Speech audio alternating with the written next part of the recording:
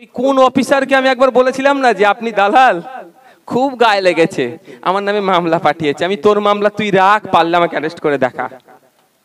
বুঝতে পেরেছেন?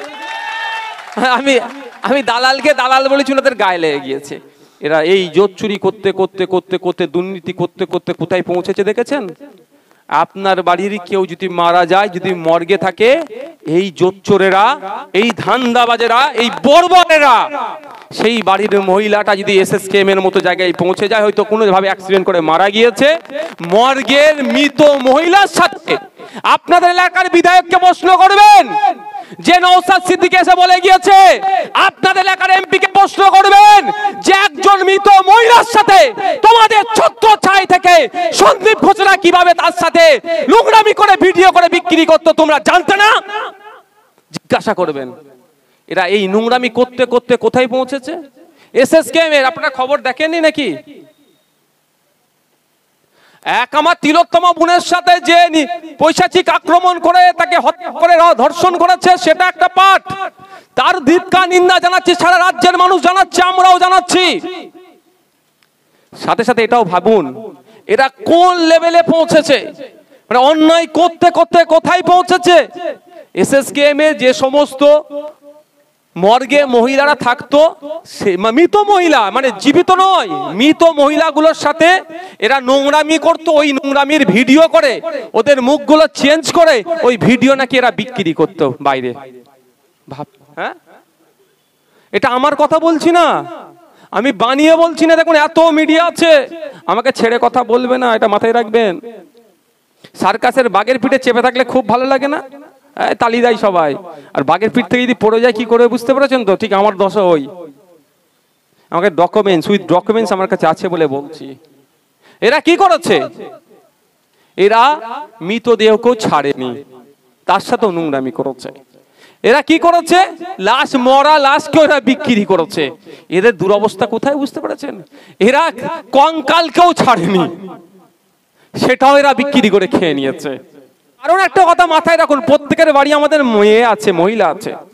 একটা অন্যায় তিলোত্তমার সাথে, ওই মহিলা ডাক্তার দিদির সাথে যে অন্যায় হয়েছে, তারপরে এরা কথা বলে, এরা বড় বড় কথা বলে। আর অভিষেক বাবু আবার ডায়লগ দিচ্ছে সিবিআইয়ের হাতে আনা আছে, তা না আছে। আমি অভিষেক বাবুকে বলতে চাই, সিবিআই কতদিন পরে কেসটা পেয়েছে? প্রায় 48 ঘন্টা পরে, নাকি 3 দিন, 72 ঘন্টা পরে কেস পেয়েছে। তো এই 72 ঘন্টায় সন্দীপ ঘোষ কি আপনার পিসির পুলিশ কভার ডেকেছে না কটা? আর বরঞ্চ এই 72 ঘন্টার মধ্যে বা এই এক সপ্তাহের মধ্যে সকালে সন্দীপ ঘোষ চাকরি ছাড়লে আপনার পিসি তাকে গিফট হিসাবে, সারপ্রাইজিং পোস্টিং হিসাবে, প্রাইজ পোস্টিং হিসাবে অন্য জায়গায় পাঠাচ্ছে। এই লজ্জা রাখবো কোথায়? তা আমরা এখানে যারা উপস্থিত হয়েছি, প্রত্যেকের বাড়ি কি আছে? মহিলা সদস্য আছে। প্রত্যেকের বাড়ির মহিলা সদস্য যাতে নিরাপদে থাকে, সুরক্ষিত থাকে, কোন পশুবৃত্তির কারো মনের মধ্যে যেগুলো আছে সেগুলো মনেই যাতে দাফন করে, তার জন্য আমাদেরকে সজাগ থাকতে হবে। প্রশাসন দায়িত্ব নেবে, প্রশাসনকেও সজাগ রাখার দায়িত্ব কাদের? কাদের ভাই? আপনাদের, আমাদের। তো আজকে সুপ্রিম কোর্টে মামলা চলছিল, আমি আগের দিনও বলেছিলাম, আজকে আমি বলছি। এটা বলার জন্য জানি না আমার নামে কি নোটিশ আসতে পারে। সুপ্রিম কোর্টে মামলা চলছে, চলুক, ভালো কথা। যদি আপনারা ঘুমিয়ে পড়েন, ও মামলাও ঠান্ডা ঘরে চলে যাবে। এইটার জন্য আমার নামে নোটিশ আসতে পারে, আমি কোনো কেয়ার করি না। আমি ওয়ান ক্যামেরা বলছি, ওয়ান ক্যামেরা বলছে, হাইকোর্ট সুপ্রিম কোর্ট কেন, সেই লোকাল কোর্ট থেকে সুপ্রিম কোর্ট পর্যন্ত যদি মানুষ চুপ করে যায়, তাহলে এই মামলাও ঠান্ডা ঘরে চলে যাবে। আমাদেরকে জাগ্রত থাকতে হবে। আগামী দিনে আমার তিলোত্তমার বোনের সাথে যেটা হয়েছে, বাংলার কলমের সাথে না হয়, সেই জন্য আমাদের প্রত্যেককে জাগ্রত থাকতে হবে। আমরা জাগ্রত থাকলে সুপ্রিম কোর্টও জাগ্রত থাকবে, আশা করছি। আর আমরা যদি ঘুমিয়ে পড়ি, তো দেখবেন আস্তে আস্তে মামলা ঠান্ডা করে চলে যাবে। অনেক মামলা আমরা দেখলাম, তাই আমাদেরকে জাগ্রত থাকতে হবে। আপনারা শুনতে তো অনেকের গাজালা করতে পারে। আচ্ছা, গাজালার কথা বলে কারো অসুবিধা আছে নাকি? হ্যাঁ, একটু গাজালা করতে পারে। আফরাজুলের কথা শুনেছিলেন? মালদার এক শ্রমিক রাজস্থানে কাজে গিয়েছিল, তাকে কি করেছিল? পিটিয়ে পুড়িয়ে দিয়েছিল, জ্যান্ত পুড়িয়ে দিয়েছিল। তার কেসটা এখন কোন স্টেজে আছে আপনারা জানেন? কেউ জানে না। তৃণমূলের নেতাও জানে না। আমি এখানকার যিনি বিধায়ক মহাশয়, সম্মানীয় বিধায়ক মহাশয়, এখানকার যিনি এমপি মহাশয়, সম্মানীয় পার্থদা, তাকেও জিজ্ঞাসা করবেন, উনিও জানে না। কিন্তু ভোটের সময়ে এই পার্থ দ্বারা, এই আপনার এলাকার বিধায়কেরা, এই ফিরহাদ হাকিমেরা, এই মমতা ব্যানার্জি, ওর জন্য কত মায়া কান্না কাঁদছিল বলুন তো। আফরাজুল আমাদের ছেলে, আফরাজুল আমাদের ছেলে। আমি আপনাদের বলে যাই, এটা এখন মেন স্ট্রিম থেকে শুরু করে অনেক মিডিয়ার লোকজন আছে। আমি নওশাদ যদি একটা ভুল কথা বলে, নওশাদকে মামলা দিতে ছাড়বে না, কিন্তু এটা মাথায় রাখবেন। ওই কোন অফিসারকে আমি একবার বলেছিলাম না যে আপনি দালাল, খুব গায়ে লেগেছে, আমার নামে মামলা পাঠিয়েছে। আমি তোর মামলা তুই রাখ, পারলে আমাকে অ্যারেস্ট করে দেখা। বুঝতে পেরেছেন? আমি দালালকে দালাল বলেছি, ওনাদের গায়ে লেগে গিয়েছে। তো কথা হচ্ছে, আমি যদি একটা অসত্য কথা বলি, আমাকে এটা ছেড়ে কথা বলবে না, এটা মাথায় রাখবেন। আর আমি অসত্য কথা বলার জন্য রাজনীতির মঞ্চে আমি দাঁড়াবো না। আমি ন্যায়কে প্রতিষ্ঠা করার জন্য রাজনীতির ময়দানে এসেছি। আমি এটুকুই বুঝি, দুর্গন্ধ দিয়ে দুর্গন্ধকে তাড়ানো যায় না। ওরা দুর্গন্ধ দিয়ে দুর্গন্ধকে তাড়ানোর চেষ্টা করবে, আমরা সুগন্ধি দিয়ে দুর্গন্ধকে ঢেকে দেব। আপনাদের বলি, এই আফরাজুলের মামলা, আফরাজুলের পরিবার কি দেখতে হচ্ছে।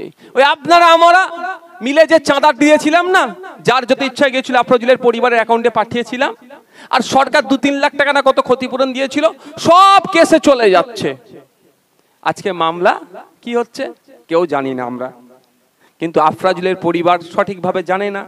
হয়তো পড়াশোনায় কম, খোঁজ নিয়ে দেখুন, প্রতিটা স্টেট নয়, প্রতিটা পাড়া থেকে শুরু করে দেশের পর্যন্ত, সুপ্রিম কোর্ট পর্যন্ত সরকারকে আমরা যদি উকিল চাই, সরকারকে দিতে বাধ্য।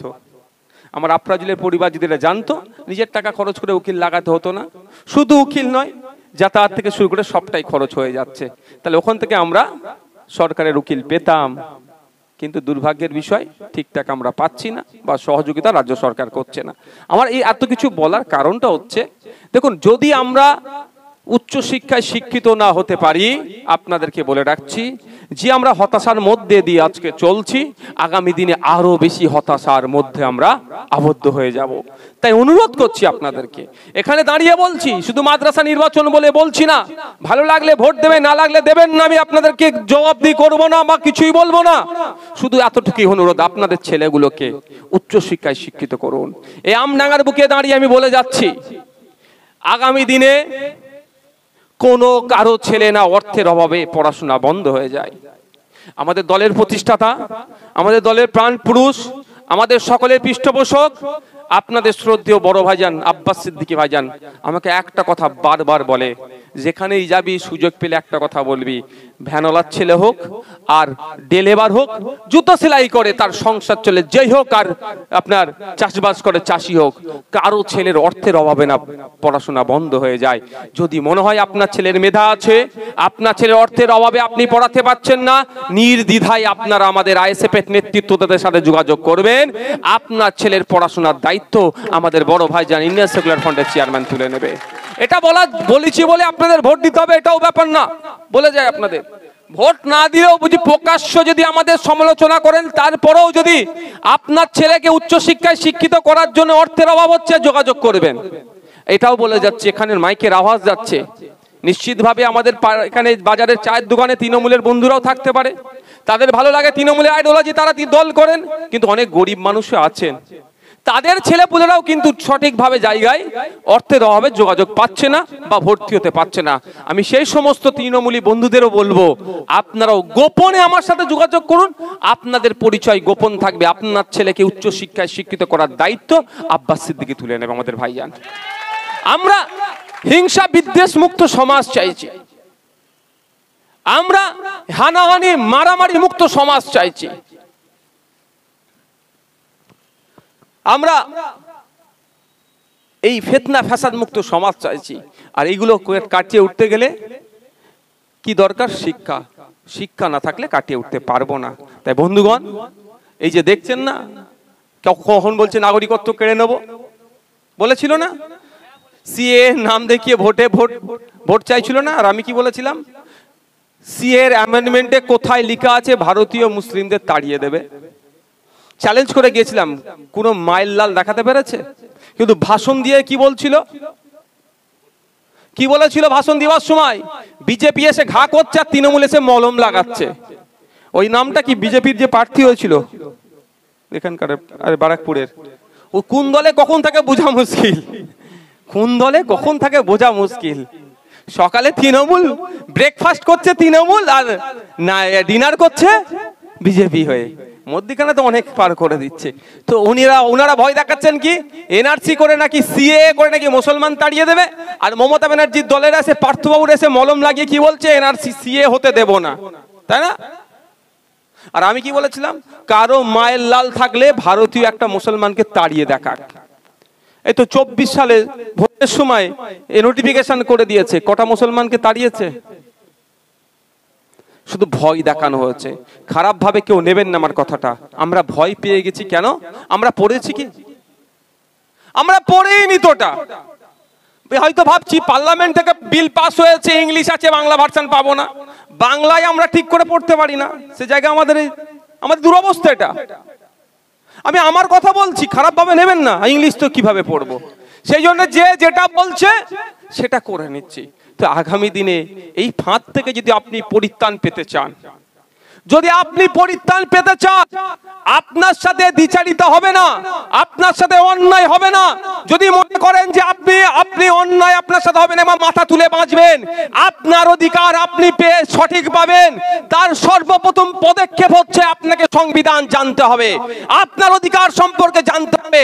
আর সংবিধান আপনার অধিকার সম্পর্কে তখনই জানতে পারবেন যখন আপনি শিক্ষিত হবেন। দুর্ভাগ্যের বিষয়, এখন আমি শিক্ষা অর্জন করব না, আমার ফ্যামিলিটাকে চালাবো। ভাই, আমি যদি এখন স্কুলে যাই, আমার ফ্যামিলিটাকে চালাবে? এখানে যারা আছেন কি করতে হবে? আমাদের প্রজন্মকে তো শেষ করে দিয়েছে। আমরা যেভাবে সমস্যার সম্মুখীন হচ্ছি, আমাদের পরের প্রজন্ম না হয় তার জন্য কি করতে হবে?